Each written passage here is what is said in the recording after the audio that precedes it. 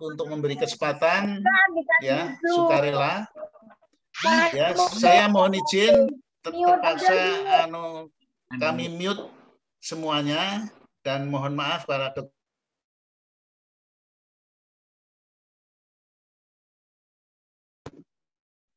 Di unmute lagi Pak. Pak Dio masih mute. Mute. Pak Kita mau izin pamit ya. Oh silakan Bu Dewi. Bisa ikut. Ya. Jadi ya terima kasih Bu Dewi, sampai ketemu pada kesempatan besok dan seterusnya. Iya, mangga. Iya. Evan. Jadi terima kasih. Permisi dulu Bapak. Terima kasih. Bagaimana? Jadi hari Selasa kami membuka kesempatan sukarela untuk memberikan testimoni. Jadi oleh karena itu hari ini sebelum Dr. Usman memberikan tips-tips kesehatannya, saya berusaha buka ruang, silakan siapa yang akan melakukan testimoni hari ini, silakan. Saya Pak. Ada? Ada Pak, saya Pak. Siapa? Suryono, Pak. Pak Suryono, monggo Pak Suryono. Pak Suryono untuk memberikan testimoni untuk yang kedua ini mungkin ya. Silakan Pak. Bentar Pak. Pak Sur. Junior, Suryono Junior. Pak Suryono Junior, karena Pak Suryono Senior sudah memberikan testimoni cukup lengkap. Ini Pak Suryono Lampung ya? Lampung, ya, Pak Suryono Lampung. Sebentar Pak, saya cek.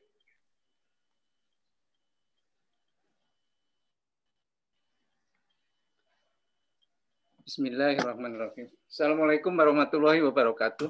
Waalaikumsalam warahmatullahi wabarakatuh. Pak Supatyo dan bapak-bapak pelatih maupun bapak-bapak semua, khususnya Pak Dr. Usman yang saya hormati. Sebenarnya saya akan testimoni itu pada setelah Bapak Suryono Suroso yang hari Selasa yang lalu. Karena waktunya tidak ada, maka saya akan mencoba untuk hari ini. Jadi sebenarnya saya juga terpanggil kemarin itu sebenarnya apa yang disampaikan oleh Bapak Suryono Senior, saya juniornya, tentu saya juga merasa beberapa hal ada persamaan. Yang pertama lahirnya sama-sama di Kota Madiun, April bulannya sama, April, beliau kalau nggak salah 20 April, saya 1 April, hanya tahunnya berbeda. Selisihnya sekitar 17 tahun lah. Beliau tahun 32. Pada hari ini, tahun 32 sampai 49, Pak. Jadi, oleh karena itu, saya pada hari ini, kesempatan ini, mohon maaf, saya akan cerita sedikit mengenai testimoni saya ini. Saya kasih judul Jalan Menuju Sehat, Pak. Untuk itu, saya akan mencoba untuk memberikan informasi sedikit mengenai kondisi saya sebelum bergabung di Pokel, Pak. Yang pertama, bahwa saya tahu BEP sebenarnya sudah saya sampaikan kemarin bahwa saya dari teman-teman pensiunan di PPPU atau di Dinas PU Lampung, dan saya dicoba didorong Pak Karyotomo, kemudian juga dilatih, dikasih bimbingan Pak Dar sebagai pelatihnya. Darmawan. Itu hanya sepintas, kemudian saya ikuti Pak Darmawan. Saya hanya sekitar untuk mengikuti Pak. Namun karena kondisi di Lampung hanya seminggu sekali, Pak. Dan seminggu sekali hari Rabu itu hanya 30 seri. Dan saya sering bolos juga karena masih ada tugas lain. Saya kadang-kadang banyak tidak masuk. Kemudian juga hanya separuh kadang-kadang. Bahkan pada suatu saat lansennya juga nggak benar, Pak. Jadi tidak disiplin, kemudian tidak.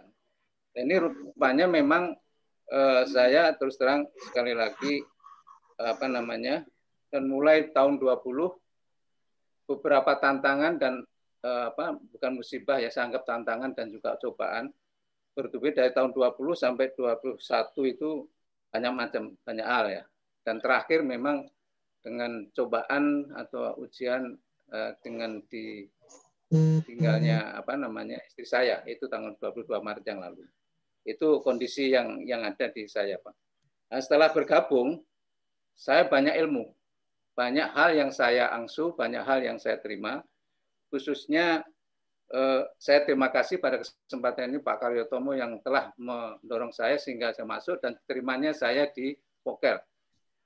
Oleh karena itu saya pada kesempatan ini hanya sedikit Pak menyinggung apa-apa yang sudah saya terima dan barangkali ini merupakan satu hikmah bagi saya bahwa saya minta kepada Pak Patio waktu itu ON dan OG yang dari Pak Ariangga itu persisnya saya Bapak kirimkan tanggal 13 Februari, Pak. Dan sekali lagi pada kesempatan saya di Poker banyak pencerahan. Banyak pencerahan yang disampaikan Pak Patio dan Bapak-Bapak yang lain. Yang saya ingat dan saya pahami dan saya hayati bahwa BIP itu bisa dilakukan oleh siapa saja. Dan kapan saja dan di mana saja itu yang saya terima dengan baik. Kemudian juga bahwa ON dan OG itu tidak ada katakan salah gitu. Itu yang juga masuk pada diri saya. Kemudian walaupun salah tapi tetap bisa meningkatkan kesejahteraan. Tapi kalau mau sempurna ya sesuai dengan guru besar kita. Kemudian yang lain yang saya terima dan saya hayati sekarang adalah adanya prinsip yaitu anak kembar siam, Pak. Jadi saya nggak jelaskan, yang jelas ada pola pikir positif, pola makan, dan juga yang pas dan benar. Itu yang saya. Kemudian yang saya terima lagi dan saya belum bisa melaksanakan dengan baik bahwa ON dan OG itu yang pas dan benar itu adalah perlahan kan. Kemudian mengalir dan tidak terputus barang sedetik pun, serta yang penting adalah menghayatinya. Itu yang saya terima, tapi saya terus terang hal ini belum bisa sepenuhnya bisa melaksanakan dengan sempurna. Setelah mengikuti saya secara ya terus terang agak rajin pagi sore, hal-hal yang saya rasakan Pak, yang ini yang menjadi testimoni saya. Saya yang pertama adalah merasa bahwa memiliki saudara-saudara baru, Pak, di lingkungan ini. Karena bercanda, akrab, dan sangat menyenangkan. Ini yang saya rasakan. Yang kedua adalah saya menerima kepercayaan. Saya belum bisa apa-apa, sudah ditunjuk jadi pemandu, Pak. Itu yang jadi keringat dingin saya pada waktu itu, sampai cari-cari informasi bagaimana cara memandu dan sebagainya itu yang pertama kali ditugasin untuk itu. Dan juga yang saya rasakan BEP yang kedua ini bila diketekuni ya, saya merasakan dapat mengobati diri saya Pak. Diri saya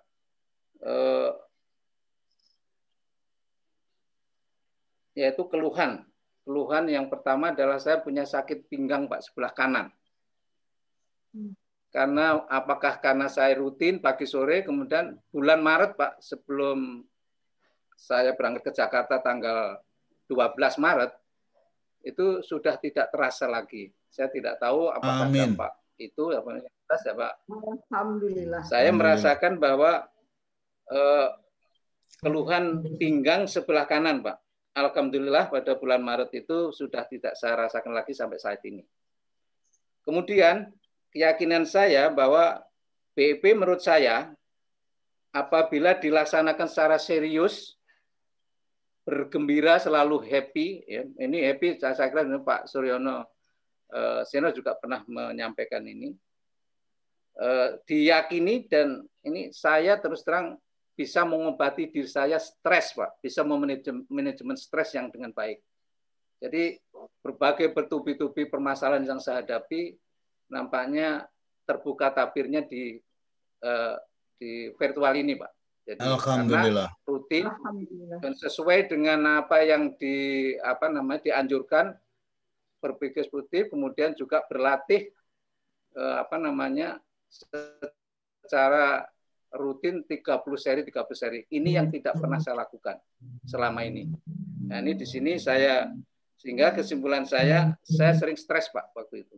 Karena menghadapi beberapa masalah dan terakhir memang puncaknya saya ditinggal istri saya itu dipanggil Allah, yaitu tetapi pada waktu itu yang mengapa saya bisa menilai demikian, pada waktu saya di Solo sudah hari ketiga mencoba sudah mengikuti Latber, Pak. Itu anak saya, keluarga saya besar semua pada ngerubungin saya itu, apakah bisa atau tidak. Kemudian saya jawab, saya bisa. Ini untuk hiburan saya dan saya mudah-mudahan dengan ini saya bisa sehat. Ya alhamdulillah pada hari ketiga itu saya sudah menggabung dan itulah saya rasakan bahwa rasa senang, rasa happy, gembira itu akan ada lagi. Ini Pak yang saya rasakan. Jadi mudah-mudahan bagi bapak-bapak, ibu-ibu yang lain yang belum masuk atau belum melakukan secara serius, rutin, fokus itu bisa ini apa yang bisa saya nikmati. Saya kira hal-hal itu Pak yang jadi kesimpulannya menurut saya kalau boleh saya bisa menyimpulkan bahwa BEP itu bisa menyembuhkan keluhan atau sakit yang kita rasakan.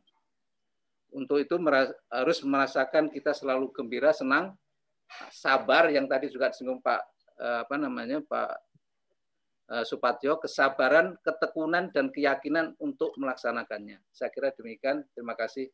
Wassalamualaikum warahmatullahi wabarakatuh. Waalaikumsalam warahmatullahi wabarakatuh. Luar biasa. Luar biasa Pak Sur. Ternyata untuk bertestimoni secara baik dan secara lengkap itu mungkin perlu kita mengubah nama dulu menjadi Suryono. Karena ada 2 Suryono kok dua-duanya luar biasa. Jadi saya tidak terlalu banyak komentar bahwa ternyata yang paling susah itu adalah mempraktekkan secara konkret apa itu yang namanya positive thinking, apa yang namanya pola makan yang benar, dan apa yang namanya pola olah nafas dan olah gerak yang tepat. Itu ternyata sangat mudah untuk diucapkan termasuk diri saya sendiri, tapi bagaimana mengimplementasikannya, melakukannya. Ternyata dengan Suryono senior dan junior agak mirip bahwa beliau berdua sangat konsisten melaksanakan itu tiga-tiganya, dan kemudian beliau berdua juga merasakan manfaat yang secara langsung beliau rasakan. Saya tidak mengomentari lebih jauh, lebih baik pertama kali saya beri kesempatan kepada Dr. Usman. Alhamdulillah, sebenarnya saya berkeinginan testimoni itu ada Dr. Usman atau dokter yang lain, sehingga langsung bisa dikomentari maupun diulas. Ya, kami bergembira. Alhamdulillah hari kesaktian Pancasila dan lainnya Pancasila ini membawa Dr. Usman bisa hadir di tengah-tengah kita, sehingga sebelum beliau memberikan tips, inilah salah satu yang mudah-mudahan dari 2 Suryono senior dan junior ini akan memancing dan merangsang Bapak Ibu lainnya untuk memberikan testimoni yang sungguh sangat diharapkan dan didambakan oleh Dr. Usman. Sampai Dr. Usman menyediakan HP khusus untuk menampung testimoni. Oleh karena itu, monggo Dr. Usman untuk bisa memberikan ulasan terhadap apa yang disampaikan dua Suryono itu. Karena yang Suryono senior saya sudah laporkan kepada Dr. Usman, dan sekarang disusul Suryono junior juga melakukan testimoni langsung di hadapan Dr. Usman. Monggo silakan, Dok. Terima kasih Pak Parjo, guru saya yang paling bijak. Bapak-bapak, ibu-ibu yang lain, semoga kita selalu diberikan kesehatan dan kebahagiaan. Amin. Amin. Mendengar testimoni Pak Suryono Junior itu cukup bagus ya. Pertama soal nyeri pinggang kanan. Nah, terus setelah melaksanakan BEP nyeri itu hilang. Memang soal nyeri itu biasanya karena kita tidak kurang bergerak, kurang olahraga. Jadi terjadi otot-otot yang kaku. Nah, dengan olahraga BEP yang teratur, kekakuan itu akan hilang. Sehingga nyeri juga akan hilang. Nah, olahraga BEP itu pernah saya katakan is the best ya, karena itu ringan tapi terarah. Mengenai olahraga, itu ada olahraga prestasi, badminton, tenis, sepak bola. Nah, ada yang olahraga non prestasi seperti BEP ini. Justru yang prestasi itu banyak efek sampingnya. Kenapa? Misalnya sepak bola, itu suatu saat kita diam, suatu saat kita mengejar bola. Gerakan dari diam terus mengejar bola itu gerakan yang cukup membahayakan. Jadi untuk olahraga prestasi, apakah itu sepak bola, badminton, tenis, itu harus lebih hati-hati. Nah, yang aman itu ya BEP ini. Jadi untuk Pak Suryono, BEP teruskan. Itu BEP is the best. Nah, yang kedua tentang stres. Pak Suryono Lampung kan sudah pernah dapat hadiah dari saya gara-gara senyumnya yang aduhai. Ya. Menawan. Yang menawan. Nah, tersenyum itu manfaat tersenyum itu mengurangi stres. Karena dengan tersenyum hormon kortisol akan menurun. Dengan tersenyum hormon endorfin akan menaik. Hormon kortisol adalah hormon untuk berhubungan sama stres. Kalau hormon endorfin itu berhubungan dengan kebahagiaan. Karena itu saya selalu menganjurkan tersenyum. Nah, jadi stres bisa hilang dengan tersenyum. Itu aja dua macam itu komentar saya.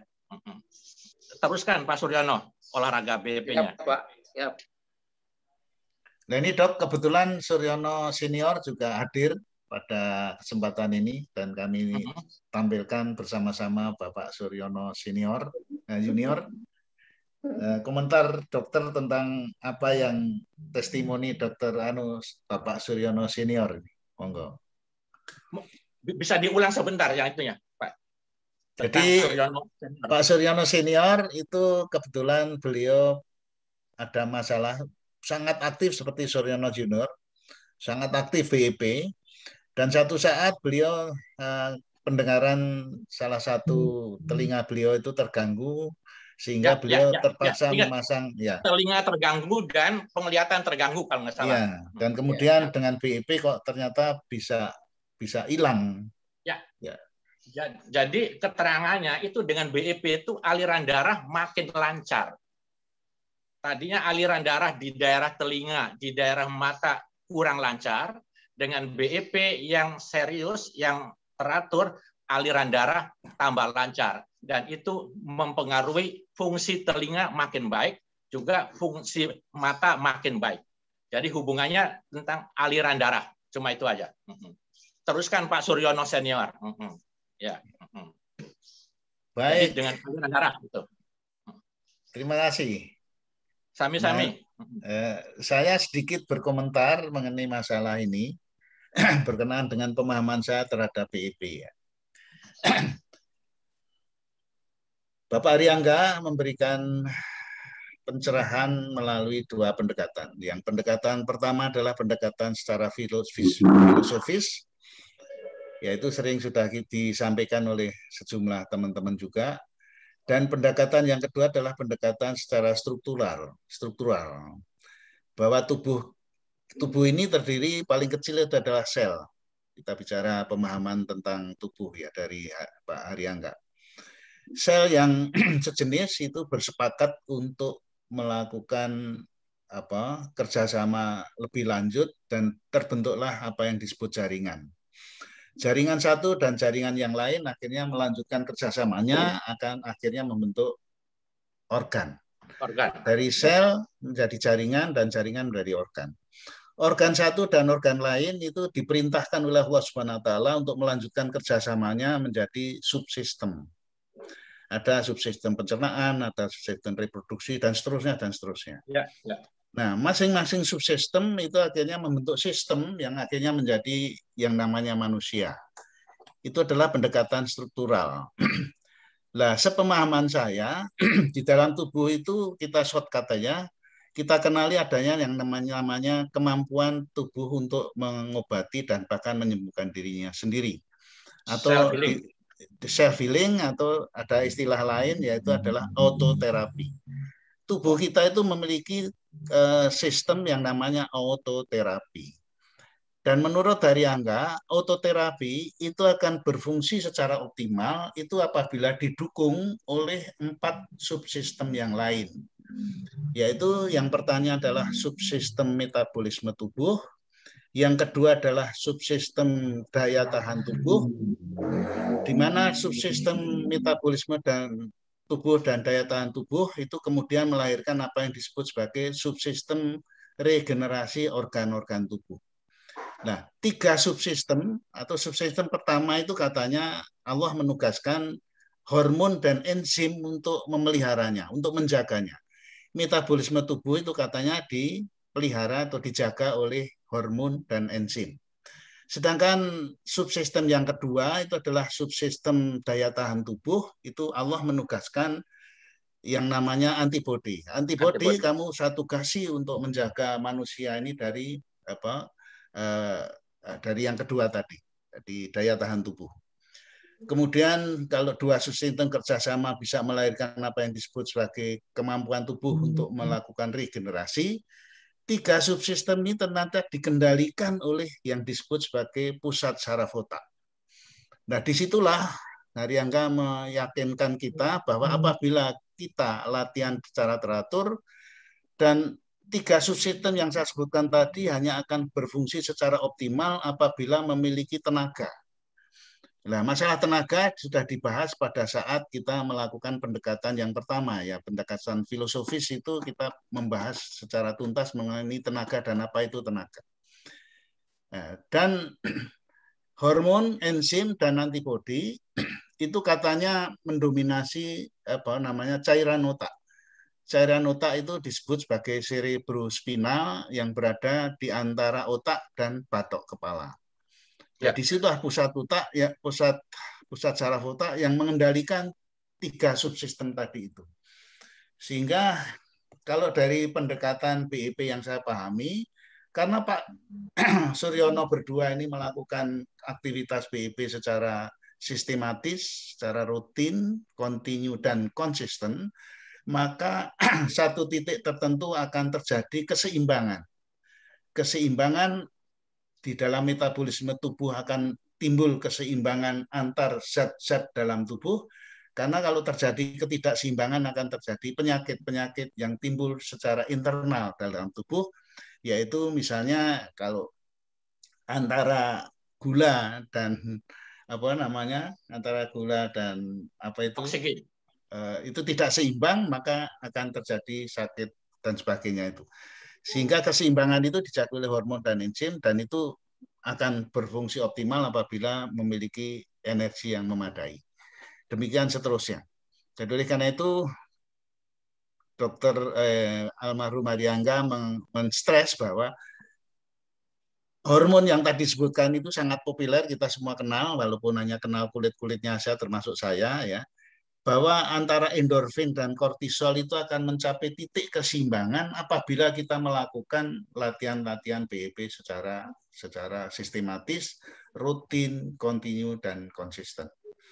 Jadi saya kira saya tidak akan bicara masalah yang terlalu medis, karena saya cuma tahunya hanya kulit-kulitnya saja, dan mempraktekannya, dan saya merasakan sejak awal saya mengikuti banyak peristiwa-peristiwa secara internal saya dan keluarga saya, bahwa ternyata memang betul bahwa terjadi keseimbangan yang sangat ideal antara kortisol dan endorfin. Karena dua-duanya tidak boleh terlalu, semuanya itu tidak boleh terlalu mendominasi kortisol, sangat merugikan, tapi di sisi lain terlalu didominasi oleh endorfin pun juga akan ada dampak yang mungkin kurang menguntungkan bagi tubuh dan kehidupan kita. Saya kira itu aja komentar saya sedikit dari sisi BEP, yang mungkin pada kesempatan lain bisa dilanjutkan dengan pembahasan yang lebih jauh lagi dari sisi medisnya. Terima kasih. Wah, Saya kira itu silakan Dok kalau akan diakhiri dari 2 testimoni ini. Jadi nanti akan kita himpun sampai kapanpun dan dapat berapapun nanti akan kita himpun testimoni-testimoni itu. Dan saya mohon Pak Suryono Junior untuk juga menuliskan seperti Bapak Suryono Senior yang sudah menuliskan secara singkat tentang testimoninya. Ya, Pak. Lama mandek-mandek terus, Pak. Tidak apa-apa. Ini akan terus jalan. Terima kasih, Itu Pak. namanya kita perlu banyak-banyak menggunakan jurus yang juga ini paling berat adalah jurus sabar, Pak. Sabar. Kita sabar menunggu sampai kapanpun. Monggo Dr. Usman. Nggih. Wah, saya acungi jempol komentarnya Pak Parjo. Sepertinya bukan itu komentarnya seorang dokter itu. Hebat. Tadi Pak Parjo menyinggung-nyinggung soal tenaga ya. Saya lanjutkan, tenaga atau energi. Energi itu didapat dari reaksi antara glukosa dengan oksigen. Oksigen itu kita dapatkan dari menarik nafas. Menarik nafas. Makin banyak oksigen, makin bagus itu. Nah, yang akan saya bicarakan juga memang sebetulnya soal ini. Belakangan ini gerakan BEP itu cukup slow dibandingkan dengan sebelumnya. Tadinya saya mau bertanya itu, tapi akhirnya saya punya jawaban juga. Jadi energi itu didapat ada reaksi dari glukosa dengan oksigen. Jadi makin lama reaksi glukosa dengan oksigen berarti energi itu makin tinggi, makin besar. Terjadinya ATP itu makin banyak. Jadi sebetulnya gerakan yang slow itu lebih bagus daripada gerakan yang sebelumnya. Sebelumnya Pak Parjo bilang 1 seri 1 menit ya.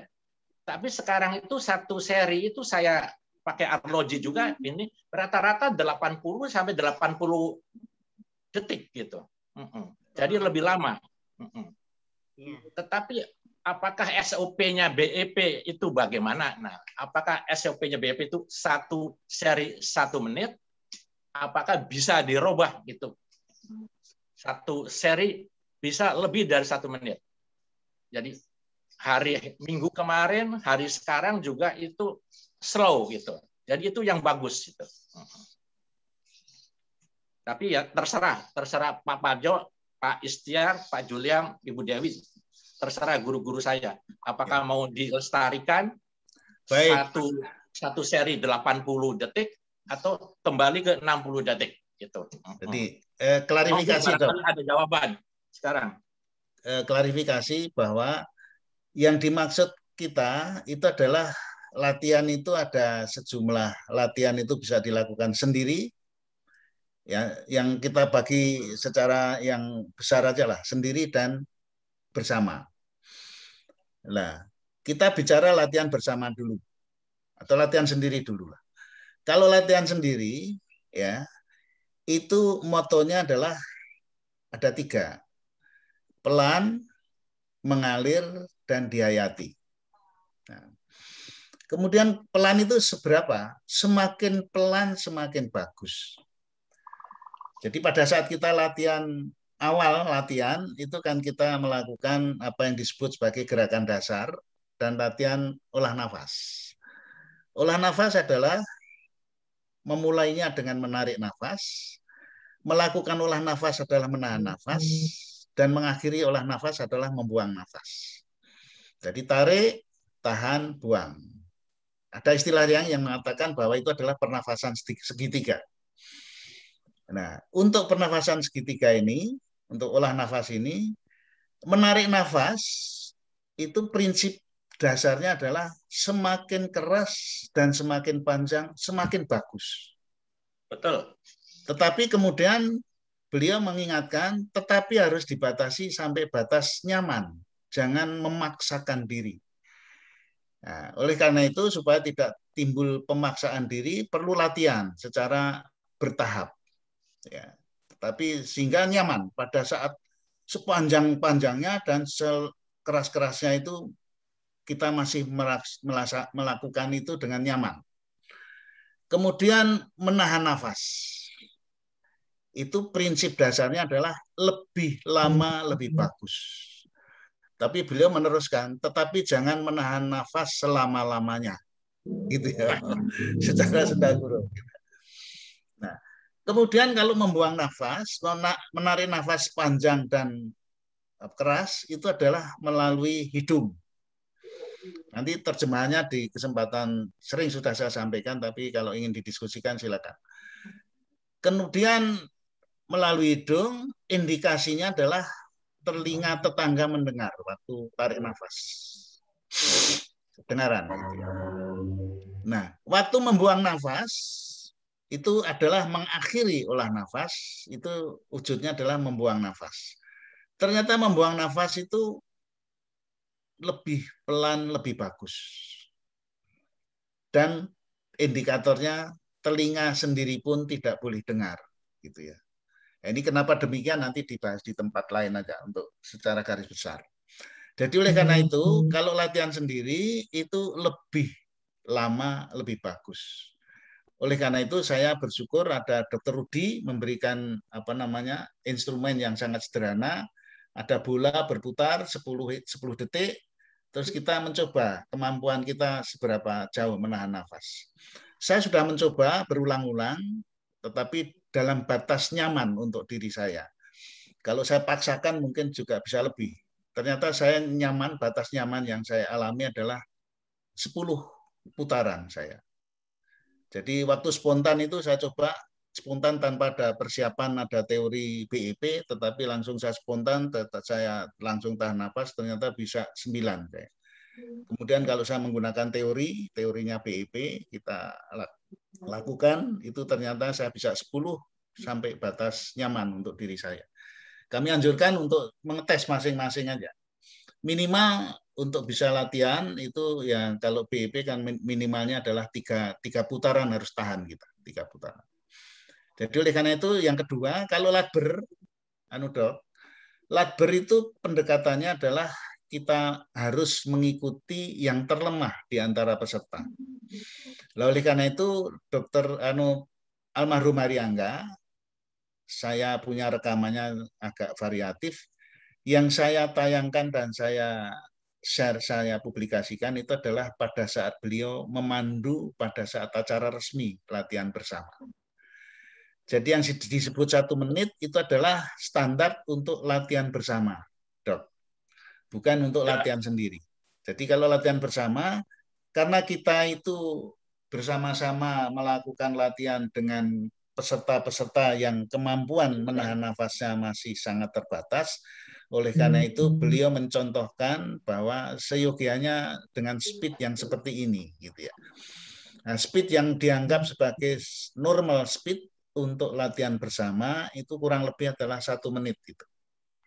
Jadi 1 menit itu adalah standar untuk latihan bersama dan untuk pemula. Tapi untuk bagi yang sudah bisa itu tadi prinsipnya lebih pelan, lebih bagus, lebih lama, lebih bagus sesuai dengan kenyamanan secara individu masing-masing. Dan oleh karena itu intinya adalah bahwa kalau ternyata kita latihan itu ternyata lebih dari itu ya perlu disyukuri. Cuman saya menyaksikan terutama para pemandu, mereka apakah betul-betul tidak bocor pada saat memandu. Dan saya perhatikan, dan itu dikritik, dan itu betul oleh kemarin teman kita, Pak Budianto, Pondok Kelapa di luar dugaan dia ternyata sudah bagus. Cuman 1 dia ingatkan. Mengalirnya belum dapat. Ya, mengalirnya belum dapat. Karena mengalir itu merupakan prinsip kedua yang harus kita lakukan, bahwa di dalam proses produktivitas ATP tadi, seyogianya melakukan olah nafas dan olah gerak yang berketeraturan pada saat speednya itu tidak berubah, jadi stabil, jadi tidak mengejut-ngejut, tapi terus speednya itu dari awal sampai akhir mestinya harus sama. Oleh karena itu itu sebagai apa? Sebagai melengkapi apa yang pernah saya sampaikan di kesempatan-kesempatan tertentu. Jadi karena itu saya tidak berkelebihan kalau mengatakan bahwa oleh karena itu marilah kita bersama-sama melakukan olah gerak dan olah nafas seperti yang dicontohkan oleh penemunya. Nah, nanti kalau sudah lajen silakan senikmat-nikmatnya masing-masing, semakin pelan semakin bagus. Namun kalau latber kita menggunakan referensi latber yang dipandu langsung oleh Aryangga pada saat 3,5 bulan sebelum beliau wafat, karena saya punya sejumlah koleksi yang paling lengkap itu. Kebetulan paling mutakhir pada saat beliau sedang memandu Latgabnas kedua di Bandung tanggal 1 Mei 2016. Beliau memandu langsung.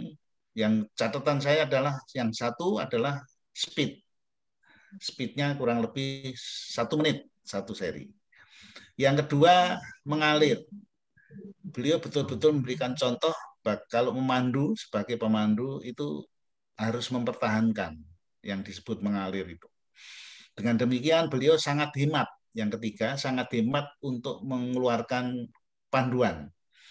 Jadi beliau tidak memandu dengan terlalu detail, namun sangat menghemat agar supaya waktu memandu beliau masih tetap bisa mempertahankan suasana yang 3 hal tadi itu. Pelannya itu sesuai dengan kondisi latber, mengalir, dan kemudian dihayati. Mohon maaf saya agak sedikit panjang supaya nanti ada kesempatan seperti ini mungkin tidak selalu bisa karena waktu juga. Terima kasih, Dok. Sami-sami. Yang pertama tadi soal lamanya gerakan, yang kedua terpancing juga dengan komentar Pak Arjo tentang soal sel tadi. Ada sel, ada jaringan, organ, dan memang seperti ceramah Profesor Rin hari Sabtu juga itu bicara tentang itu juga dari atom malah kalau nggak salah Profesor Rin itu. Atom, sel, molekul, jaringan. Jadi dari atom aja sudah ada kerjasama tuh antara atom. Juga sel juga harus ada kerjasama, organ juga harus ada kerjasama. Jadi memang antara organ-organ kita harus ada kerjasama. Karena sel sendiri yang paling kecil, katanya atom yang paling kecil, satu sel tuh kalau nggak salah dengar saya 10 triliun. Pangkat 10 miliar. 10 miliar ya, 10 miliar. 10 miliar. Ya. Cuma waktu itu hari Sabtu itu saya cuma ngintip aja ya, karena saya masih kerja. Karena diharuskan pakai baju seragam BP kan merah. Saya karena kerja dokter jadi pakai putih-putih. Nah, hari Sabtu juga ada tuh orang BP yang nyasar ke sana berobat Ibu Retno. Tertarik juga Profesor Rin itu menyebut-nyebut Agus Mustafa. Sepertinya kenal baik dan juga seperti tanda kutip muridnya Agus Mustafa yang dipanggil Ustadz. Saya kenal baik dengan beliau itu. Saya senang dengan tulisan-tulisannya. Cuma tulisan-tulisannya itu lain daripada yang lain. Yeah. Dia seorang insinyur nuklir. Betul. Jadi lulusan insinyur nuklir Gajah Mada kalau Gajah Mada ya. Ya. Nah, ayahnya itu seorang sufi, seorang ahli torekat gitu. Dia mengarang buku itu berdasarkan Al-Qur'an, bukan berdasarkan hadis. Misalnya yang menurut orang-orang yang aneh itu misalnya judul yang pertama ternyata akhirat tidak kekal. Dia buka Al-Qur'an surat Al-Qasas ayat 88. Yang lain misalnya Adam bukan manusia pertama. Nah, tuh. Ada lagi tidak ada pertemuan antara Nabi Muhammad dengan Allah di Sidratul Muntaha. Pokoknya judulnya aneh-aneh, tapi itu bagus dan dasarnya mereka Al-Qur'an semua. Jadi kalau senang baca Agus Mustafa harus kita ada persiapan. Memang gayanya tuh aneh, tapi dasarnya referensinya Al-Qur'an. dia tidak mau referensi hadis. Karena katanya hadis itu bisa berbeda antara hadis A dengan hadis B. Yang ketiga, saya mau utarakan pribadi saya. Kalau dari Pokel 4, Omar Wondo, Bu Fayasti, Bu Yati itu tentu tahu ya, Desember 19 itu saya operasi mata ya, karena mata saya dua-duanya katarak. Tetapi ternyata gagal. Dan dokter mata tidak mau mengoperasi kembali. Dan kemarin saya datang ketemu dengan seniornya dokter mata itu, Dokter Ferry. Dia punya nasihat, Dokter Usman, jangan terlalu sering main HP. Kalau membaca, jangan melalui HP, tapi baca buku. Nah, berhubung dengan nasihat dari Dokter Ferry tersebut, saya minta advice. Kita ini banyak grup WA ya.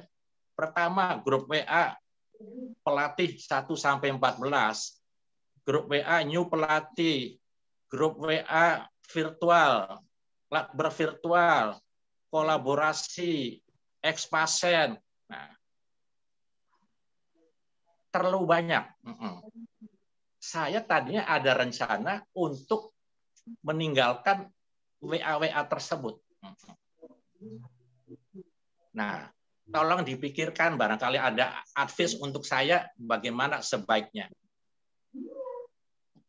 Sekian, terima kasih. Wassalamualaikum warahmatullahi wabarakatuh. Waalaikumsalam warahmatullahi wabarakatuh. Iya, itulah tips-tips dari Dr. Usman, dan mengenai masalah mata itu mungkin saya kira sebenarnya secara umum sama. Saya punya cucu, sekarang ini kan repot. Sekolah melalui virtual. Belajar ngaji melalui virtual. Game-game lewat virtual juga, ya. Jadi akhirnya cucu saya yang kemarin yang anaknya energik itu, satu ketika dia diminta bapaknya lihat besok tanggal berapa, ada kalender. Loh, dia kok nggak bisa mendekati kalender gitu. Nah, terus diulangi, coba kamu lihat ini. Begitu ada kejadian itu, terus bawa ke dokter. Ternyata tahu-tahu sudah minus 175. Ini pengalaman pribadi juga ini. Jadi oleh karena itu memang apa yang disampaikan Dr. Usman itu bukan untuk lansia termasuk kita-kita ini ya. Saya kira memang pengaruh jet set itu sangat luar biasa saya kira. Dan saya sendiri juga gimana? Yang namanya semua itu komunikasi sekarang lewat WhatsApp group. Saya alumni pensiunan PU ada, pensiunan Bina Marga ada, saya dari Irian ada, dari Timur ada. Saya punya 64 grup. Ada dua. Memang kita hadapi sama-sama, Dok. Mungkin ya kita batasi ya. Saya cara membatasinya ya itu tadi. Untuk grup-grup tertentu saya melakukan secara periodik saja, tidak tiap hari saya buka. Jadi mungkin seminggu sekali ya buka. Dan kemudian ada yang kemudian nggak pernah saya baca, ada juga ya. Cuman saya rasanya nggak nyaman, nggak enak kalau keluar kenapa gitu ya. Tapi nggak pernah saya baca. Jadi begitu habis langsung saya hapus saja. Ya mohon maaf, ini ada beberapa yang saya lakukan seperti itu. Ini masalah pengalaman pribadi saya lah gitu ya. Jadi oleh karena itu dianjurkan hal yang sama, ya saya terpaksa melakukan sejauh yang bisa saya lakukan aja gitu. Saya kira demikian. Saya punya usul. Kan ada grup baru yang KBI itu.